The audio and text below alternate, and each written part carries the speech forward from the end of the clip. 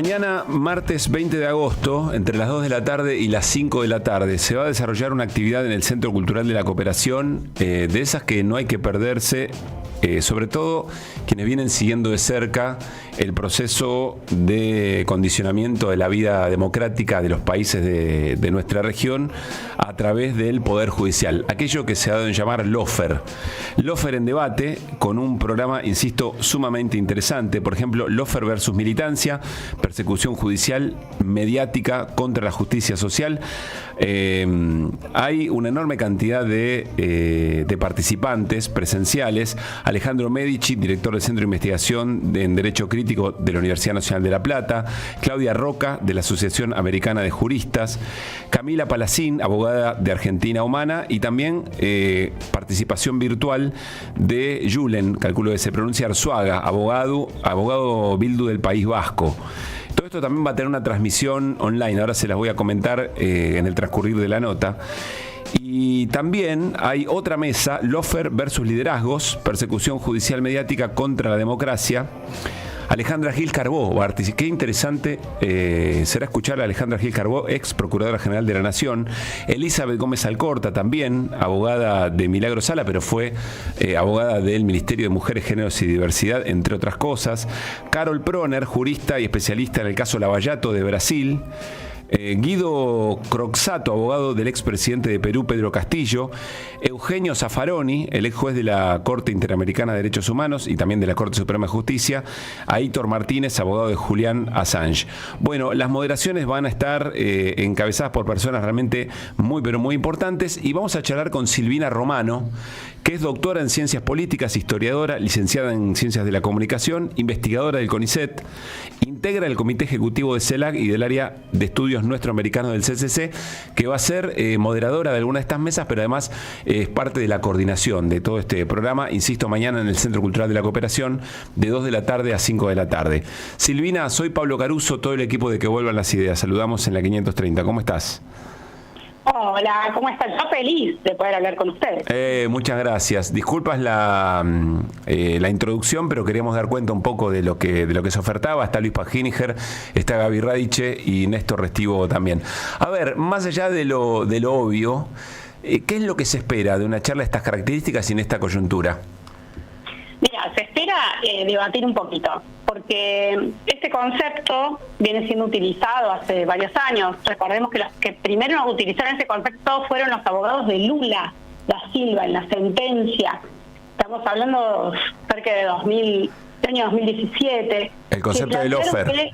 Sí, claro. Sí. No dijeron que lo que pasaba contra Lula no era un juicio ordinario, común, como los que conocemos, sino que se estaba usando la justicia con fines políticos. Uh-huh. ¿Cuál era el fin político con objetivos políticos? ¿Cuál era en ese momento? Impedir que Lula da Silva se presentara en las elecciones de 2018.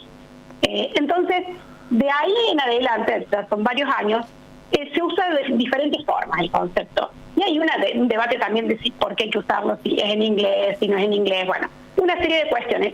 Lo que sí sucede desde esos años hasta acá es que hay un uso sistemático del Poder Judicial articulado con los medios de comunicación para quitar de la política a determinados líderes y a determinados sectores de la política que son molestos, que se oponen a cómo funciona el sistema o el status quo, y justamente es el Poder Judicial el que se arroga, yo diría, el poder de marcar una agenda política.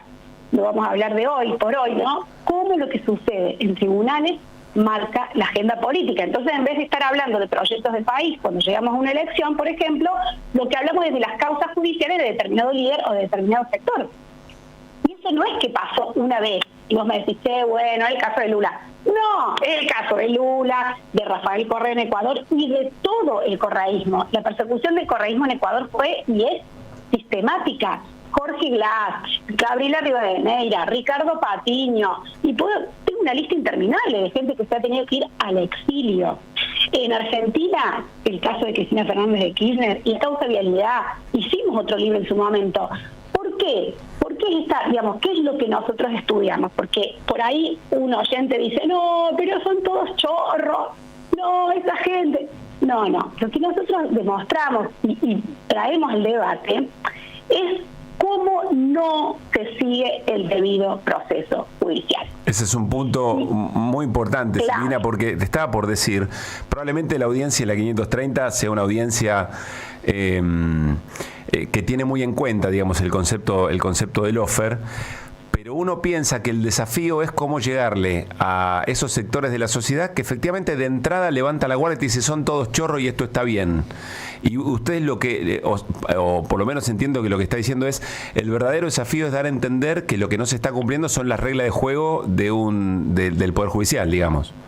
Exacto, hay un Estado de Derecho. Dentro del Estado de Derecho hay una Constitución, hay normas, hay reglas, y entonces, dentro de ese orden, hay que cumplir. A ver, voy a dar un ejemplo. Se supone que sos inocente hasta que se demuestra tu culpabilidad. Punto, ya está, ¿viste? Así es el Estado de Derecho. Bueno, no.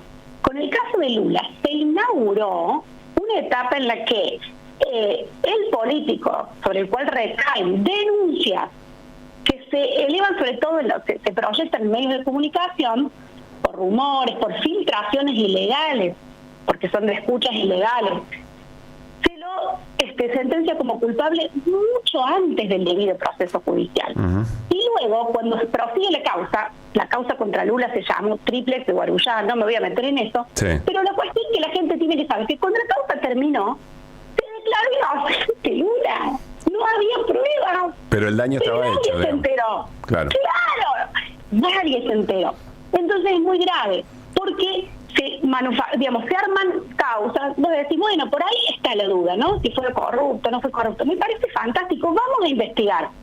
Ahí empieza la investigación, no hay pruebas, hay solamente rumores y hay gente, al llegar a la causa, que delata a otros y dice, tal, sí, me parece que es culpable. ¿Y por qué los delata? Para que le reduzcan la pena a esa persona. Claro. Se llama delación premiada. A mí también me gustaría que me reduzcan la pena, aunque lo que vaya a decir no sea tan verdadero. Uh-huh. Pero por eso ese relato de esa persona tiene que ser completado con otras pruebas. Chicos, no se han buscado otras pruebas, claro. Ni en la causa Cuadernos en Argentina, ni en la causa Sobornos en Ecuador, ni en la causa de Lava Jato, mega ultra causa de Lava Jato en Brasil. Entonces estamos ante un poder judicial que hace de cuenta que prosigue con un sistema y un caminito que es legal, no lo está haciendo, y con medios de comunicación que se dan una panzada con estos relatos que aparentemente son verdaderos, pero que no se corrobora en absoluto que son verdaderos. Se hace un show de la política. Show de la política. Silvina, Néstor Restivo te saluda, buenas tardes. Ayer en el diario Tiempo Argentino hay una nota que súper recomiendo del colega Néstor Espósito de cómo Ercolini y Clarín trabajaron en tándem sobre el caso de Alberto Fernández, Fabiola Yáñez, más allá del caso en sí, digo, la operación judicial mediática, ¿no? Ahora esto es Argentina, pero vos citás Brasil, Ecuador. Mañana van a estar los abogados defensores de Pedro Castillo, de Perú, alguien del País Vasco, imagino que puede contar todo lo que pasó ahí con la persecución de los catalanes independentistas, Julian Assange. Quiero decir, hay una dimensión global del tema, ¿no? O al menos occidental. Entonces la pregunta es, ¿cuáles son los ejes o los hilos que se tejen en esa condición occidental al menos del lawfare? ¿Quién coordina? ¿Quién fija esos parámetros? Mira, qué lindo que traes esta colación, porque si no parece que todo es en Argentina o en Buenos Aires, en Cava. No, el mundo es muy grande. Y lo que sucede es que aquí el lawfare saben cómo se define, como la guerra por la vía judicial mediática, usar la ley como un arma contra un enemigo político. Y nosotros en el Observatorio Lawfare, que yo coordino, los invito a entrar, www.lawfare.org, lo que trabajamos es que, ¿saben dónde está la batalla hoy a nivel en Occidente? ¿Quiénes ponen las reglas? ¿Cuáles son los marcos regulatorios de casi todo? Los marcos regulatorios para inversiones extranjeras, los marcos regulatorios para la explotación de petróleo, los marcos regulatorios para el cuidado del medio ambiente. ¿Quiénes son los que ponen las reglas? Los países centrales. En nuestra región, especialmente Estados Unidos. Y fíjense que cuando hablamos de lawfare en América Latina, el Departamento de Justicia de Estados Unidos tiene un peso muy importante. ¿Por qué? En el caso del Lava Jato, en Brasil, que es una mega causa judicial, el Departamento de Justicia y el FBI, todos conocen el FBI por las series de Netflix, etcétera, no vamos a explicar, estaban trabajando en territorio brasileño, directamente en Curitiba, donde se estaba llevando a cabo el juicio. Es decir, presencia directa de personal estadounidense. Eso es, prácticamente podría ser un acto de guerra, porque estás en territorio de otro país en momentos de un juicio que tiene que ver mucho con los recursos estratégicos de Brasil, y sí lo tuvo que ver, con las reservas petroleras de ultramar brasileñas. Y hay otra cuestión ahí, y ahí me voy desde Estados Unidos, pero el caso de Assange también. ¿Por qué fue culpabilizado Assange? ¿Cuál fue el crimen que cometió? Fue filtrar documentos que, según el gobierno de Estados Unidos, pusieron en peligro la seguridad nacional de Estados Unidos. Y eso es suficiente para declarar que Julian Assange y Wikileaks son terroristas. Y se aplica entonces la ley estadounidense contra esa persona y esa organización en cualquier lugar del planeta. Es decir, hay un concepto que se llama extraterritorialidad de la ley. Y la pregunta es, ¿por qué Estados Unidos puede aplicar su ley en cualquier lugar del mundo que con los que tengan acuerdos bilaterales, etcétera? Y te digo, Argentina o México podría aplicar su ley, no sé, en Estados Unidos, en Alemania, podría mandar parte de su Departamento de Justicia a Alemania en medio de un mega juicio. Eso es imposible. Ahora, esto es interesante, Silvina, porque por lo que entiendo, entonces, hoy en día el Departamento de Justicia, de Estados Unidos, ocuparía el lugar que hace unos años ocupaba el Pentágono o los militares, sin querer decir que el poder militar de Estados Unidos no juegue tan bien, pero este tema del poder judicial tramado internacionalmente, ¿no? Y es tal cual lo decís, pero ¿saben qué? Con una aceptación con una sumisión por parte de nuestros países. ¿Y saben por qué se nota eso? Porque nuestros poderes judiciales están formados por agentes del gobierno estadounidense y por agentes de organismos internacionales, como puede ser la OEA. Entonces, si uno dice, bueno, hay un curso de formación en terrorismo, lavado de dinero, narcotráfico, todo lo que tiene que ver, pensemos, con lo que luego se vincula a corrupción. No son cosas diferentes. Es eso. ¿Quiénes los forman? Gente del Departamento de Justicia. Entonces, ¿cuál es la noción que nuestros jueces, fiscales van a tener sobre lo que es la corrupción, lo que es la legalidad, el relato que van a tejer sobre los corruptos, la democracia, etcétera? Y ya viene armado en esos cursos. Ya viene armado. Y ¿saben cuántos jueces? Nosotros hicimos un trabajo ahí en el observatorio siguiendo datos de asistencia estadounidense para la justicia en América Latina. 2.000 jueces vienen formando en los últimos años. 2.000. Una locura. ¿Y qué tenemos nosotros a cambio? O sea, ¿cuál es la alternativa nuestra? Probablemente muy poquitos son los otros espacios, y además allá se los llevan a las grandes universidades. El juez Sergio Moro, ¿se acuerdan que se hizo famosísimo con el caso contra el Partido de los Trabajadores, contra Lula da Silva, etcétera? Él ya tenía un circuito en Estados Unidos, porque la élite brasileña, digamos, se forma en Estados Unidos, y no era solamente que hizo el curso de la Agencia Internacional para el Desarrollo de Estados Unidos para el tema del lavado de dinero en 2009, dato que nos filtró Wikileaks, no era un dato que le dieron a toda la población, porque ustedes saben que si ustedes van quieren saber quiénes son los que hacen los cursos, el dato no está disponible. No te dicen, viene tal y tal. Entonces, cuando vos me hablas de Luciani, Luciani también hizo un curso, varios cursitos hace poco, allá. Y son todos pasan por ahí. Entonces, probablemente el trabajo que están haciendo en nuestros países lo hacen convencidos de que están defendiendo el Estado de Derecho y la democracia. Silvina, sí. Luis Pablo te saluda. Quiero preguntarte en particular o retroceder un poquito y preguntarte por los medios de comunicación, porque vos hiciste una pintura muy gráfica, que es cómo los medios de comunicación aprovechan en términos mediáticos todo lo que ocurre con el lawfare. Pero quiero preguntarte hasta donde vos considerás cuál es el nivel de connivencia en términos de planificación con la justicia o con este sector de la justicia. Mira, hay diferentes ejemplos. Por un lado, hay denunciantes que el Comodoro Pi, vamos a hablar de Pi, ¿no? Hay denuncias que llegan ahí y de alguna forma se enteran determinados periodistas y sabiendo que la denuncia no tiene sustento, igual la republican. Tenemos el caso de cuando se le acusaba a Cristina Fernández y a Máximo de haber asesinado a nada más y nada menos que a Néstor, sí. Y eso lo replicaron diarios, Perfil, etcétera, sin tener ningún tipo de prueba. Y esa noticia se replicó en varios diarios internacionales, pero además, años después, Carlos Saúl Menem, ya sé que no hay que decir su nombre, pero lo tengo que decir, retomó esa historia diciendo que se sospechaba que, y la historia volvió a ser viral. Y el caso ya se había dado por finiquitado. Entonces, es esa manera. Después, otra forma es que hay sitios virtuales de periodismo independiente, como en Ecuador. Todo esto del periodismo independiente, bueno, es muy... entre comillas. Después sabemos, sabemos que alguien financia, y en este caso en Ecuador estaba financiado por la agencia de ayuda estadounidense, la USAID, un sitio que se llamaba 1000 hojas de periodismo independiente. Sacan un rumor diciendo que el gobierno de Correa había cometido miles de actos de corrupción y lo catalogan como la causa Arroz Verde, ¿no? Y empiezan a soltar información allí. Luego acceden de verdad a 2000 documentos que evidentemente se los dio inteligencia, ¿verdad?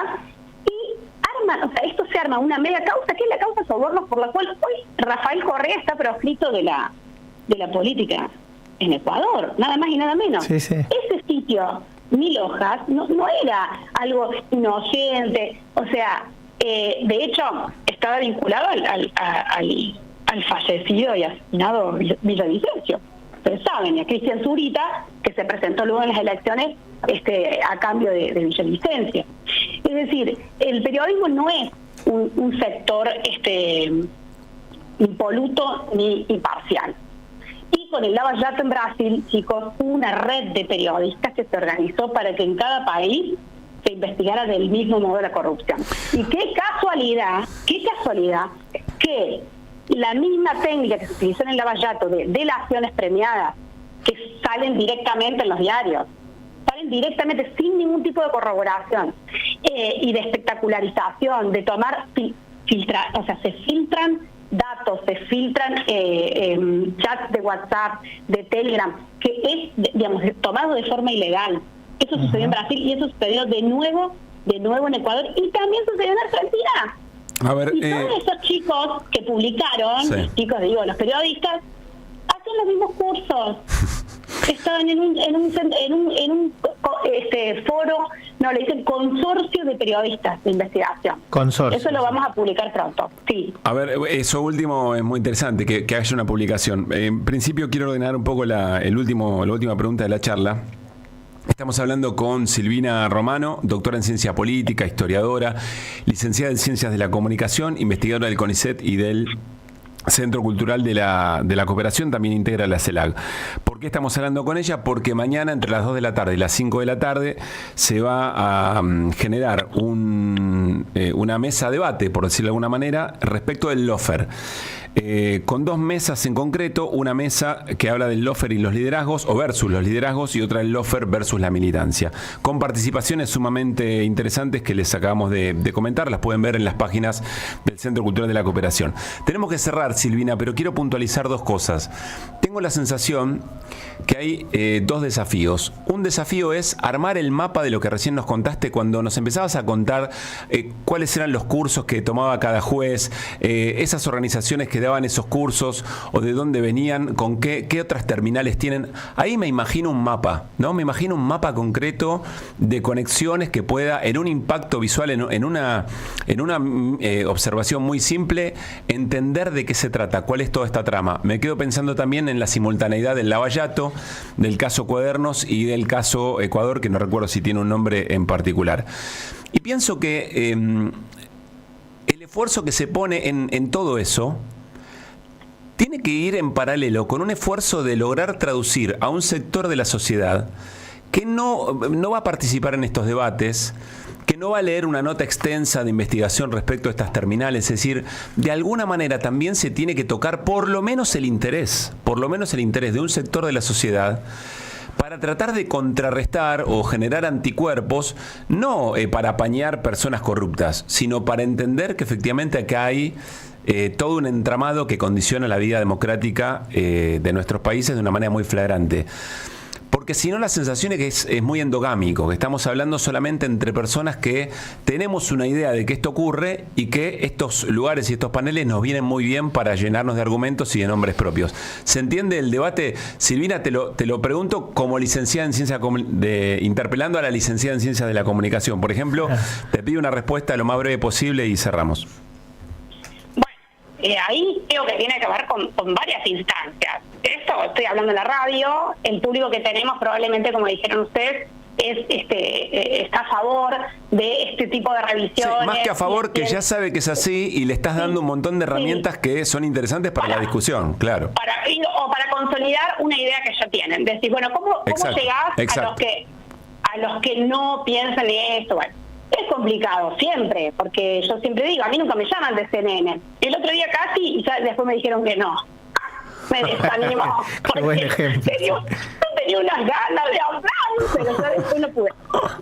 Y después la otra cosa es nosotros damos cursos para militancia.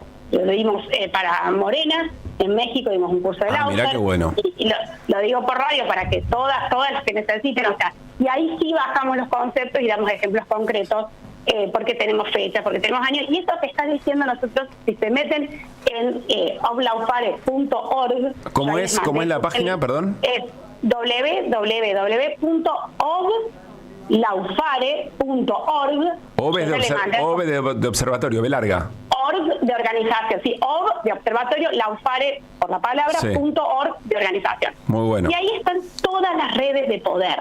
Nosotros trabajamos con redes de poder desde una perspectiva sociológica en la cual mostramos cómo funciona esto con ejemplos muy concretos. Esta es la red de cómo se financia. Bueno, acá hay una punta, porque eventualmente es la militancia o las personas que están interesadas en el tema, que cuando dan una charla familiar entre amistades o una charla casual, ahí se genera un algo, digamos, ¿no? Esto es que esté a disposición este material me parece muy importante. Sí. Y fíjense, nosotros somos muy rigurosos. Okay. Todo tiene fuente. Todo, absolutamente todo. ¿Por qué? Porque somos historiadores, sociólogos, de ciencia política.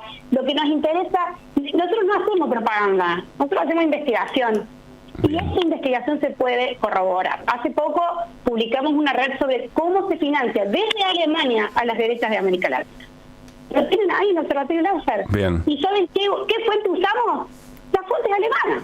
Las fuentes que publican las mismas fundaciones que financian. Silvina, tengo que cortar la charla porque todavía nos queda una nota importante, pero la verdad es que me quedo con muchas ganas de participar. Quienes no puedan asistir, entiendo que en el canal de YouTube del Observatorio Laufer, @Observatorio Laufer, va a haber una transmisión en vivo y también en las redes del Centro Cultural de la Cooperación. Luis Pablo Geniger, ¿digo bien? Sí, perfectamente. Bien. Bueno, esto es mañana entre las 2 y las 5 y seguramente quedará colgado por allí para verlo a posteriori. Gracias por esto. Nos generaste renovado interés en algo que condiciona y mucho nuestra vida social, política y democrática. Y si te parece, después podemos volver a conversar a ver qué conclusiones quedaron de este encuentro. Silvina, si te parece. Claro que sí, es mi responsabilidad, como hablamos recién. Muy bien. Trasladarlo a todas y todos. Así que gracias, besitos y ojalá que todas se puedan conectar o estar ahí mañana en el CPP. Muchísimas gracias, un gran abrazo, gran trabajo. Bueno, Silvina Romano, sumamente interesante. No pasa de moda el Laufer. Vieron que a veces parece que fueran como cliché de un momento. Pero para nada pasa de moda todo esto. 5:44 y empezamos a correr hacia el final del programa, todavía con cosas importantes para compartir. Somos Radio AM 530.